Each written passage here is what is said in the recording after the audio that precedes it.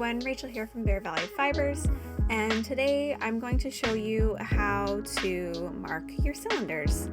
So the things that you're going to need to mark your cylinders is 3 different colors of nail polish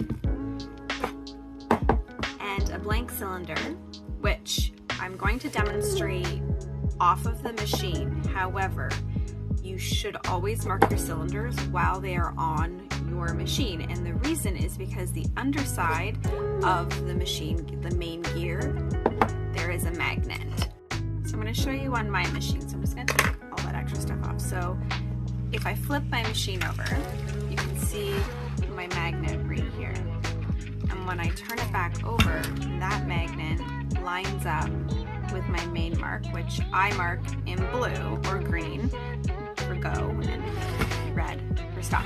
So I like to turn it so that, and also please mark your cylinders without any needles in it, because you don't want to get nail polish on the needles. So you take it like this, you kind of just follow it up and try to line it up as close as you can. And then you take the total amount of needles, divide it by 2, and you want in between your main mark and your halfway mark to have the same amount of needles.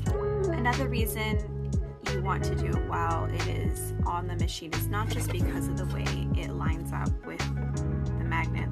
This gear doesn't have a magnet in it. It's that it can be tricky to know where everything is on the cylinder and on the machine. So it kind of helps you get to know where everything is. But we're going to demonstrate off of the machine. So this is the magnet hole. It lines up with this screw hole here, which lines up with that screw hole where our wing nuts are. And then we just line it up, right? So you would put your main mark here, you would count half the needles and put your halfway mark there. Now your heel target marks are a personal preference.